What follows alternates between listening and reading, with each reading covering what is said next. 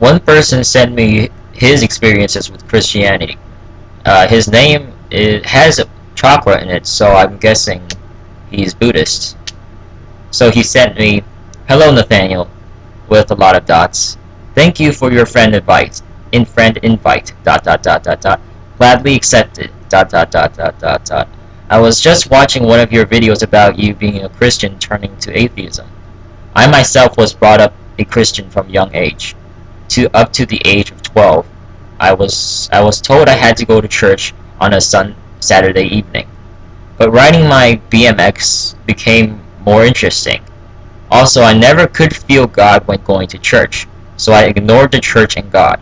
I left God behind for a life of materialism. As you might guess, it didn't work out.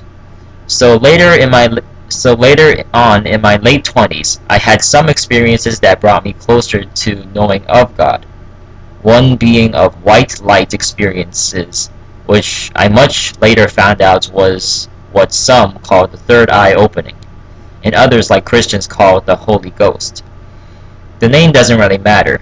What mattered was the feeling of love which I have never felt here on earth before.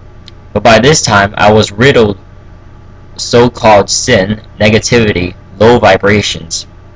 In this experience of seeing the light awakened my programmed religion in me. So I found myself seeking out a teacher. I went back to church, but when I got there I found the same thing as when I had left. That the people were with the people that was with people with a weak link to God. They seemed to be in a trance. Even the priests didn't seem to have the love of God radiating from them. I felt even more lost. You see, the lights I have been engulfed in told me so many times within such a short space of time, and no one seemed to understand how I was seeing life. And I couldn't understand how so-called religious folks didn't see through the eyes of God as I was seeing. I became saddened at what I had felt going back to church, so I once again stopped going to church. Since then, I've studied under religions, alchemy, healing sounds, science, sacred geometry, aliens, reptoids, UFOs, and many other studies.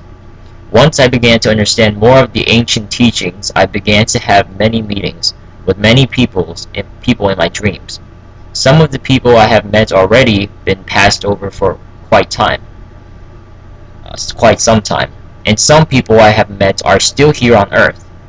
I met a few on YouTube after meeting them in the dreams.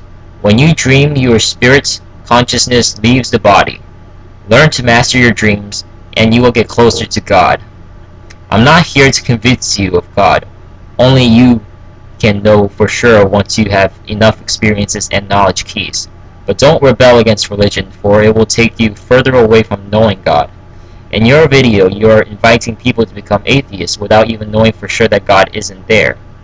Well, that's a logic flaw, but as the saying goes, condemnation without investigation is the height of ignorance. Also, later you might regret making a video promoting atheism because later we'll begin to understand cause and effect. But I'm just trying to point it out to you now, because a wise man leaves from other people's mistakes and a fool learns from their own. Along this journey on the net, I found myself being labeled conspiracy theorist or terrorist, I don't know, truth seeker, guru, new ager, light worker. This label list is endless, and it's like religion has become. Quote, "You're in my gang. So be individual, find your own path, and you will find it crosses with all others on their paths. Find your own truth. Then you will see we are one, spirit brother and sister."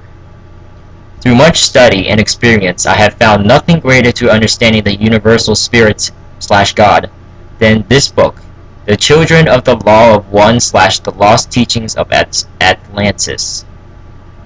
The love and God of all religions and deep science magic teachings in this book are receptive to your soul. There is a link to a free ebook on my channel page if you wish to read it, or I have a 1.6 megabyte PDF file of the book.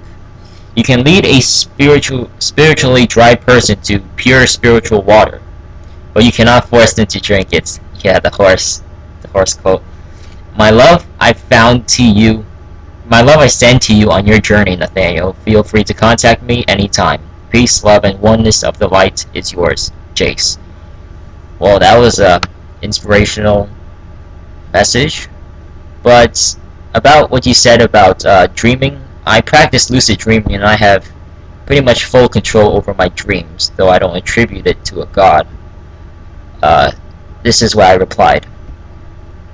But anyways, that was a pretty nice experience. I replied, sorry, excellent. Wait, no, that's a different one. I responded, our journeys are in the search of a particular feeling, whether it be acceptance, excitement, wonder, etc. What changes is only how we decide to handle this feeling. I've decided that the best choice of action, as the judgment we make by feeling is relative to age, situation, and experience, is to learn from a neutral perspective, using concrete fact and evidence that have been proven the best we can. Religion takes the humble approach of science's claims that we do not know everything and that we are changing our knowledge to better fit the truth as unreliable. What they don't realize is the fact that they don't seek to question the validity of their beliefs makes them closed-minded to all modern facts proven through undeniable evidence. I became an atheist because all religions believe that they have already found the answers to all of existence simply through believing what they felt, and then claiming that this feeling is the proof of God's existence. When one person believes in the imaginary, that's called insanity. When many people believe in the imaginary, that's called a religion. I've dealt with two religions, Christianity and paganism, or magic, and both rely on faith, which by definition makes those gods impossible to exist. Because faith is the belief in the belief just to believe, because the moment there is evidence for such deity, or for such a deity, it is no longer faith, it becomes a fact. However, the absence of evidence for any sort of deity is evidence of absence.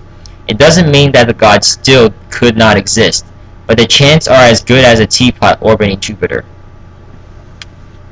And that's what I replied.